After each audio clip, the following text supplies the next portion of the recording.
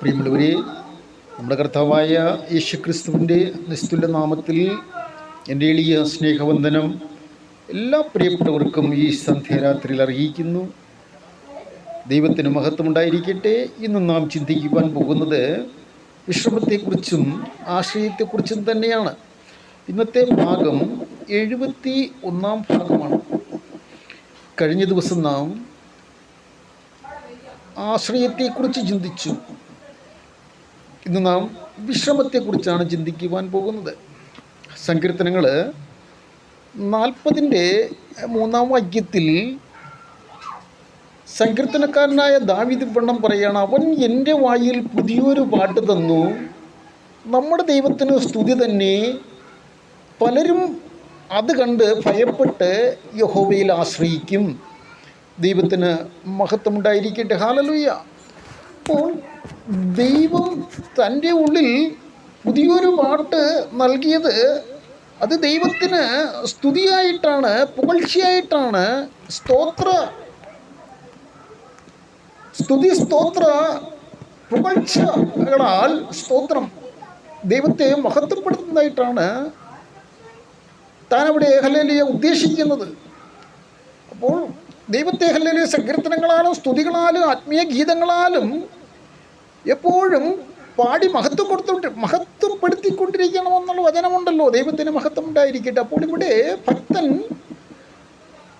സ്തോത്രം ദൈവം തനിക്ക് കൊടുത്തതായ ഹല്ലേലൂയ സ്തോത്രം ആ കൃപയ്ക്കൊത്തവണ്ണം ദൈവത്തെ ഹല്ലേലൂയ മഹത്വപ്പെടുത്തുന്നതായ ഒരു ഒരു ഒരു ഒരു പ്രത്യേക അനുഭവമായിട്ടാണ് നമുക്കിവിടെ ആത്മീയ നിലവാരത്തിൽ നിന്ന് വരുന്നതായ ഒരു ഹല്ലേലൂയ ഒരു രീതിയാണ് നമുക്കവിടെ കാണുന്നത്.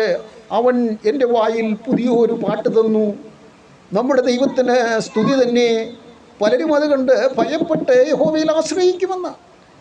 അപ്പോൾ പലപ്പോഴും നമുക്ക് ഹല്ലേലൂയ സ്തോത്രം പുതിയ പുതിയ ആശയങ്ങൾ, പുതിയ ഹല്ലേലൂയ പാട്ടുകളുടെ വരികൾ എന്ന് വേണ്ട, ദൈവത്തിൽ നമ്മൾ ആശ്രയിക്കും തോറും ദൈവം നമ്മളെ ഹല്ലേലൂയ നാം അറിയാത്ത വാക്കുകളാൽ, നമ്മളെ ഹല്ലേലൂയ ആലോചനകളാൽ നമ്മെ നടത്തുന്ന ദൈവമാണ് നമ്മുടെ ദൈവം. ഹല്ലേലൂയ. അപ്പോൾ ഇവിടെ തനിക്ക് കൊടുത്ത പാട്ടെന്ന് പറയുന്നത് ദൈവത്തിന് സ്തുതി തന്നെ എന്നുള്ളതാണ്. ദൈവത്തിനെ പുകഴ്ത്തുന്നതായ, മഹത്വപ്പെടുത്തുന്നതായ, സ്തുതി സ്തോത്ര സ്വരങ്ങളാൽ ദൈവത്തെ മഹത്വപ്പെടുത്തുന്നതായ ഒരു അനുഭവമായിട്ടാണ് നമുക്കവിടെ കാണുവാൻ കഴിയുന്നത്. അതിന് ഉദാഹരണമായിട്ട് 40-1 വാക്യത്തിൽ തന്നെ ഭക്തൻ ഇങ്ങനെ പറയുന്നുണ്ട്, ഞാൻ യഹോവയ്ക്കായി കാത്തിരുന്നു, അവൻ എങ്കിലേക്ക് ചാഞ്ഞു, എൻ്റെ നിലവിളി കേട്ടു.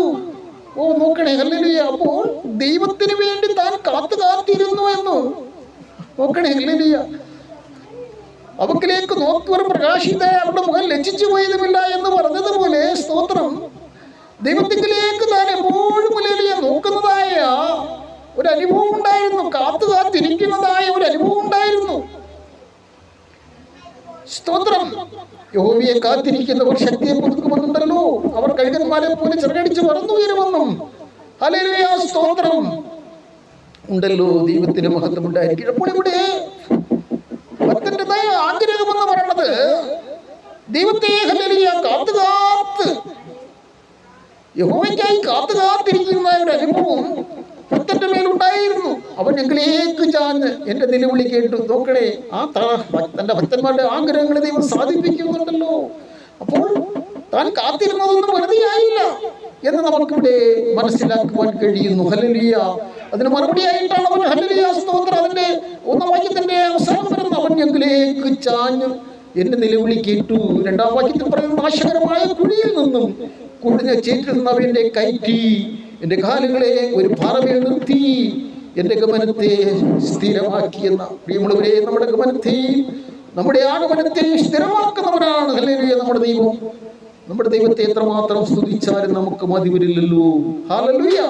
അപ്പോൾ ഇവിടെ ഭക്തൻ ഹല്ലേലൂയ സ്തോത്രം ഇപ്രകാരം പറയണമെങ്കിൽ ദൈവത്തെ കാത്തിരിക്കുന്ന ഒരു അനുഭവം നമ്മുടെ ജീവിതത്തിൽ ഉണ്ടായിരിക്കണം.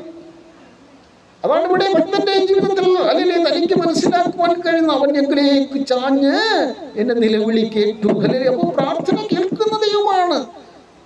എങ്ങനെ കാത്തിരിക്കുന്നവർക്ക് വേണ്ടി ഹല്ലേലൂയ സ്തോത്രം ചാഞ്ഞിറങ്ങി വരുന്ന ദൈവമാണ്. നമ്മുടെ നിലവിളി കേൾക്കുന്ന ദൈവമാണ്, നമ്മെ വിടുവിക്കുന്ന ദൈവമാണ്. കൊടുങ്കാറ്റ് ചേറ്റിൽ നിന്ന് നമ്മെ ഹല്ലേലൂയ സ്തോത്രം കരകയറ്റുന്ന ദൈവമാണ് നമ്മുടെ ദൈവം. ഹല്ലേലൂയ. അപ്പോൾ ഇവിടെ ഹല്ലേലൂയ അത്തരത്തിൽ അങ്ങനെ കാണുമ്പോൾ ദൈവത്തിന് മഹത്വം. പ്രിയമുള്ളവരെ, നാമം ഹല്ലേലൂയ ദൈവമായിട്ടൊരു ബന്ധം നമുക്ക് ഹല്ലേലൂയ വർദ്ധിച്ചു വരുന്ന നമ്മൾ ദൈവത്തെ എത്രത്തോളം കാത്തിരിക്കുന്നു അത്രത്തോളം നമുക്ക് നല്ലതാണ്. പ്രിയമുള്ളവരെ, ദൈവത്തിന് മഹത്വം ഉണ്ടായിരിക്കട്ടെ. ഹല്ലേലൂയ.